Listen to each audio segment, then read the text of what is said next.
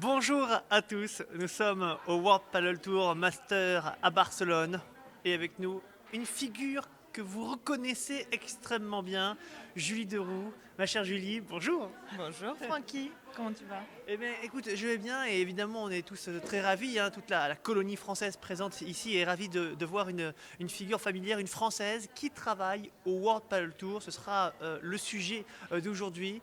Juju, on est en mode inside, hein. Inside. On a envie de 50 minutes. 50 minutes, Allez. on a envie de connaître les coulisses, le truc qui va faire le buzz demain lorsqu'on va mettre cette vidéo en ligne, parce qu'il faut qu'on vende du papier. Donc vraiment c'est le Donc moment tu veux où un j'avais, scoop. on veut un scoop, d'autant que j'ai cru comprendre, hein, que c'était jusqu'en février, que tu n'étais pas certaine de renouveler. Du coup on s'en fiche, on peut envoyer du bois. Ça marche. Non, bah écoute, j'ai commencé l'aventure il y a 3 mois au World Paddle Tour. J'ai une position qui est marketing avec les sponsors au niveau international. Donc c'est la première fois qu'ils recrutent une personne étrangère, on va dire, pas espagnole. Et je suis vraiment très contente et c'est un peu l'objectif que je m'étais fixé en arrivant à Madrid il y a 2 ans, en Espagne.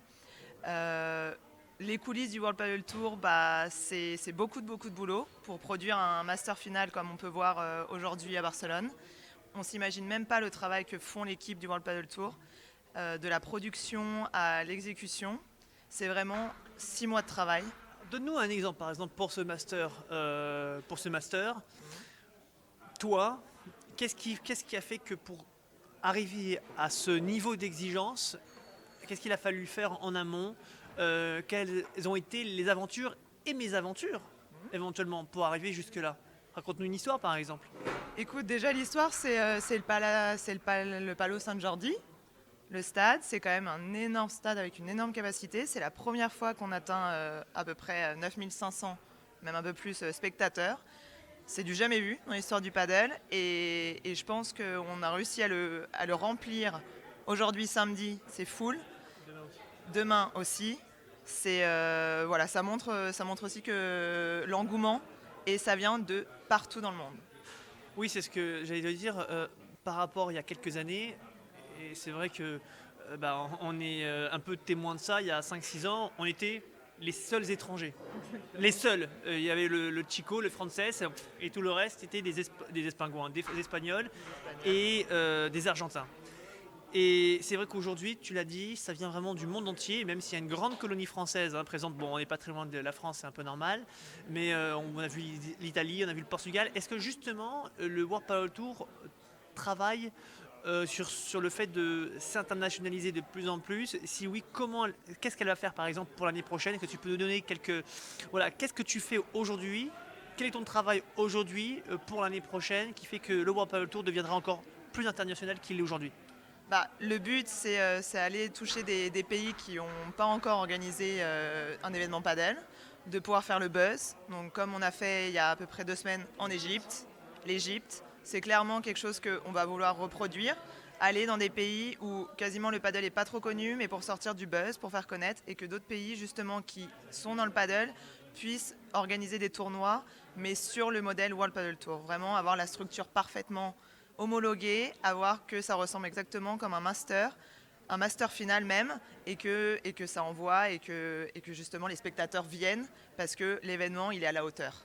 C'est vraiment ça l'objectif. Mon objectif aussi à moi, avec mon poste, et avec Hernan, Auguste, bébé Auguste, qui travaille énormément pour trouver des pays justement qui puissent avoir cette capacité d'avoir une salle ou un événement outdoor qui vraiment fasse le show. Alors, un événement qui fait le show, tu as parlé de l'Égypte.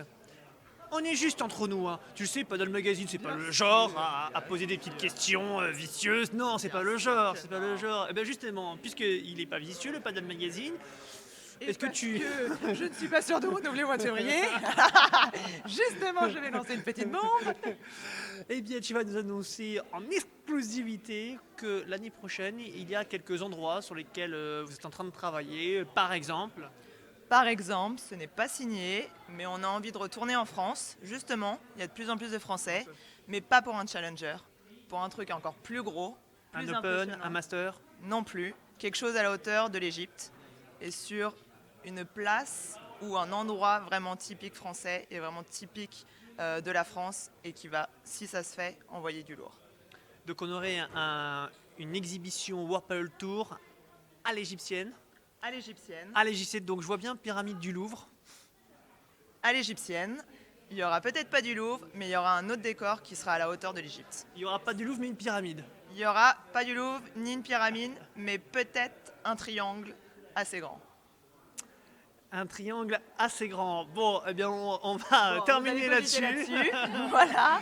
Et on se revoit en 2020 en face du triangle assez grand. Et le vainqueur gagnera un ticket gratuit pour ce. Pour cette exhibition, exactement, que je lui offrirai. Avec plaisir. Eh bien, c'est dit. Eh bien, à vous les studios. Et merci, ma chère Juju. Je peux te dire que ça risque. Il y a des gens qui vont y répondre. Hein. Un Allez-y, triangle. hein. N'hésitez pas, hein. Un triangle. Et c'est Juju qui régale. Isocèle, allez, on donne une petite précision. Isocèle, bon, et elle vous invite. Isocèle. Et oui, Isocèle, bon, et elle vous invite en plus dans le carré VIP. Et c'est Juju qui régale. Et c'est le World Paddle Tour qui régale. Allez, à très bientôt, merci Juju. Merci beaucoup pour